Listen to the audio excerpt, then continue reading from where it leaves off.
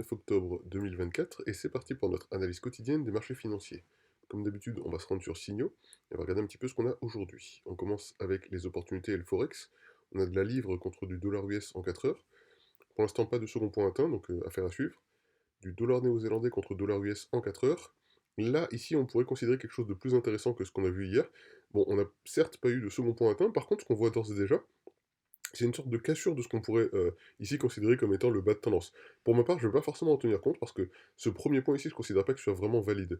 Autant si on était parti de celui-là, je dirais ouais, pourquoi pas. Donc du coup, on pourrait avoir quelque chose ici qui commence à ressembler à quelque chose d'intéressant, mais là, pour l'instant, ce premier point, je ne peux pas le considérer comme étant valide. Donc du coup, je passe tout simplement mon tour sur cette opportunité. Dollar néo-zélandais contre dollar canadien en 1 heure. On a une tendance ici qui ressemble à rien, hein. Ces deux points sont beaucoup trop rapprochés, beaucoup trop bearish, on passe. Dollar australien contre dollar US en 4 heures, on a quelque chose ici qui est très intéressant. On voit deux petits rebonds ici sur des points qui sont certes rapprochés, mais on voit du coup ici une troisième zone qui permettrait d'établir entre guillemets un second ou un troisième point en fonction de si on considère ces deux points ou un seul point et puis ensuite un second point. Donc du coup c'est le premier truc intéressant. Le deuxième truc intéressant, c'est qu'on voit que même si ici on a eu un dip qui n'est pas venu taper sur ce point à proprement parler, ici on a tendance à rester à peu près à cette valeur-là, parce que je crois que hier lorsqu'on a fait l'enregistrement, on était à peu près déjà à cette valeur-là. Donc ça veut dire qu'ici, manifestement, il y a soit une résistance, soit un support qui est en train d'être créé. Pour l'instant, je ne vais pas me positionner, mais je vais rester quand même un petit peu aux aguets sur cette parité. Donc, dollar australien contre dollar US, ça peut être intéressant de voir comment ça va évoluer dans les heures à venir. Dollar australien, dollar US toujours, mais cette fois-ci en 1 heure. Même topo. On voit quelque chose qui est similaire à ce qu'on a déjà vu hier. On pourrait prolonger ici cette droite-là. On aurait quelque chose de cohérent. On pourrait aussi prolonger celle-ci et on arriverait probablement quelque part par là. Donc manifestement, il y a du support ou de la résistance quelque part par ici. Et il faudra voir un petit peu comment ça va évoluer. Est-ce que ça casse par le haut enfin, est-ce que ça rebondit entre guillemets par le haut ici dans le cas du 1 heure ou est-ce que ça casse par le bas? Pour l'instant, difficile de juger, mais on verra ça un petit peu par la suite. De la livre versus du franc suisse en 1 heure.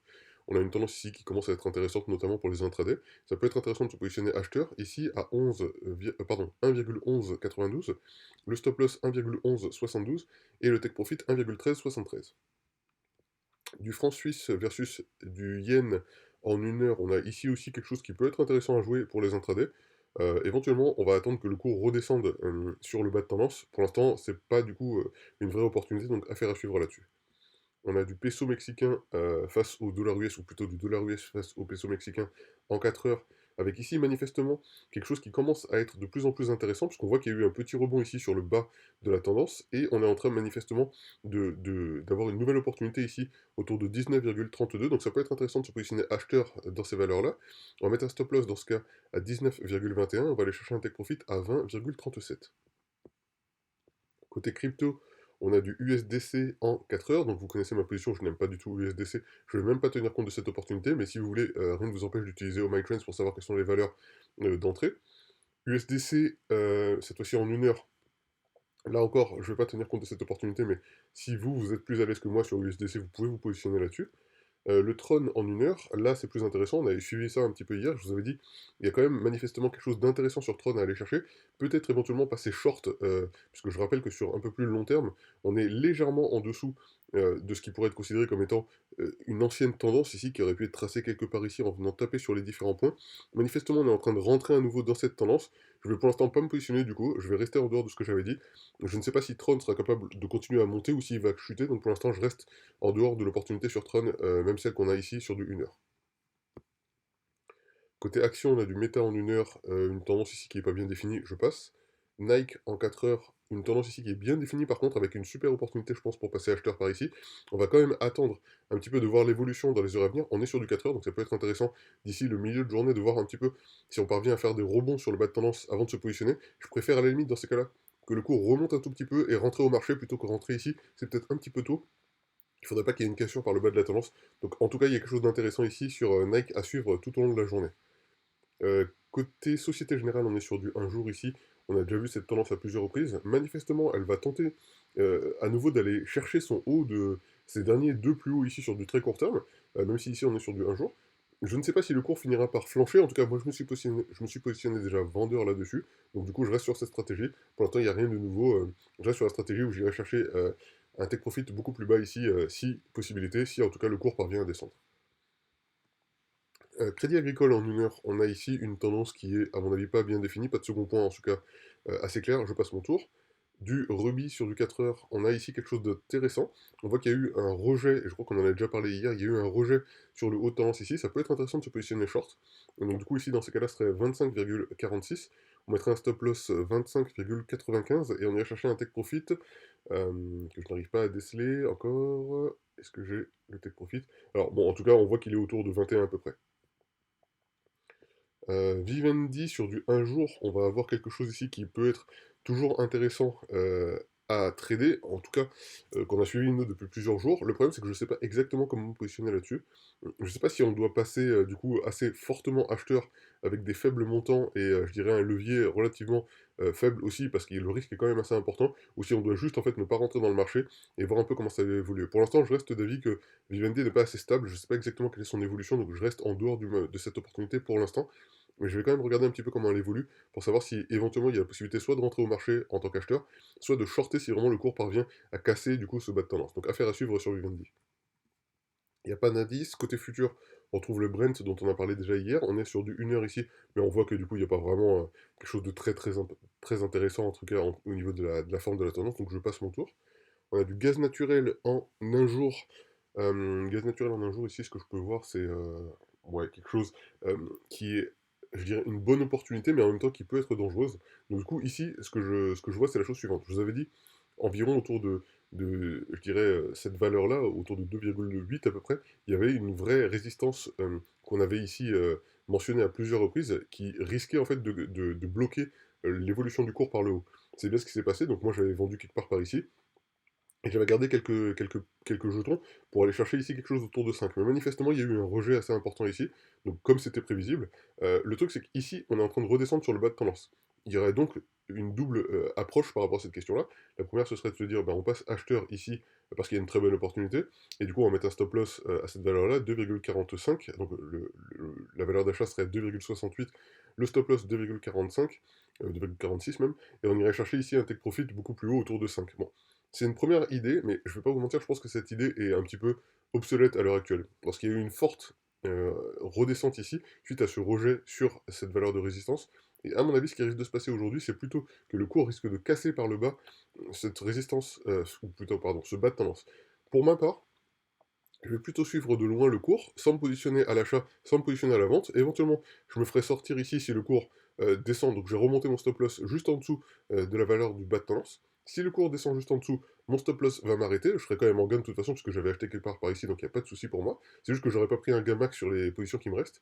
Et éventuellement, euh, si jamais c'est le cas, eh bien, ce que je ferais, c'est que je me dirais, ok, si le cours parvient à descendre et que vraiment il descend assez violemment, quelque part par ici à peu près, là peut-être que je shorterai. Mais pour l'instant, du coup, c'est un petit peu dangereux. Je vais rester aux aguets, mais je vais pas me positionner ni à l'achat ni à la vente dans les médias, en tout cas sur le gaz naturel, parce que je pense vraiment que cette résistance virtuelle ici a été assez impactante et que du coup, il y a pas beaucoup de force à l'heure actuelle sur le gaz naturel suite à ce rejet sur le haut de la résistance. Ici, on a du maïs en 1 heure. On voit une tendance qui n'est pas très très bien définie, donc je passe mon tour là-dessus. On a du blé en un jour. Ici, une tendance qui est plus intéressante, même si moi je vous l'ai dit, je resterai en dehors de ça, mais vous le savez déjà. En tout cas, ici, on a une opportunité pour passer vendeur à 611,61, stop loss 624,34, take profit, que je n'arrive pas à voir, comme souvent. C'est pas grave, le take profit est à 500. Pour ma part, vous savez, je ne me positionnerai pas là-dessus parce que le blé, je lui fais pas confiance en ce moment et que c'est ce genre de futur que je déteste parce que du coup les dates d'expiration sont souvent contre les traders particuliers. Côté tendance, on va aller regarder un petit peu ce qu'on a au niveau du Forex. On a de l'euro contre du franc suisse en un jour. On a déjà vu cette tendance à plusieurs reprises. Pour l'instant, il n'y a pas vraiment de belles opportunités à venir saisir sur le haut de tendance. Donc on suivra un petit peu si le cours parvient à remonter un petit peu. Et dans ce cas-là, on se positionnera short si vraiment il y a une belle opportunité là-dessus. Ce qui n'est pas le cas pour l'instant. Le rand sud-africain pardon, contre le dollar, contre le yen. Oh là là, je recommence. Le rand sud-africain contre le yen en 4 heures. Ici, on a une tendance qui est assez intéressante. On voit une belle tendance légèrement bullish, mais on voit surtout en fait de beaux points de rebond sur le bas ainsi que sur le haut de tendance à présent. Pour l'instant, il n'y a rien de particulier à faire. En tout cas, je ne me positionnerai certainement pas vendeur là-dessus. Je vais attendre que le cours redescende sur le bas de tendance et à ce moment-là, je me positionnerai acheteur si besoin. On n'en est pas du tout là, on est sur du 4 heures. Côté crypto, on a du Dogecoin en 4 heures, une tendance ici qui est assez intéressante, une opportunité potentielle qu'on pourrait nous venir saisir, même si ici il n'y a pas d'opportunité détectée. Nous, en tout cas, on pourrait se positionner sur le bas de tendance ici autour de 0,179, mais on peut aussi tout simplement rentrer acheteur au marché, c'est-à-dire autour de 0,10889 actuellement. Donc ça peut être intéressant de se positionner acheteur d'ores et déjà et de tenter du coup d'aller regagner soit le haut de tendance, soit carrément de dépasser en cas de bull run. Donc je pense vraiment qu'il y a quelque chose d'intéressant sur Dogecoin. Si vous n'êtes pas passé déjà acheteur, il y a quelque chose à saisir sur Dogecoin.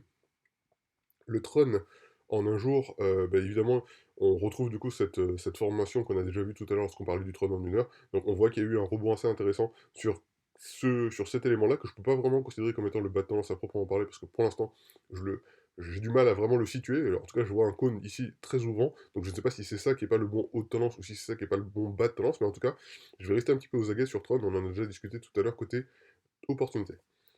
Uniswap, on est toujours sur cette tendance en un jour, qui vient confirmer un petit peu ce que je disais avec le Dogecoin, mais aussi éventuellement avec le Tron, à savoir qu'il y a manifestement de la force, on est en train de plus en plus de venir lécher le haut de tendance ici.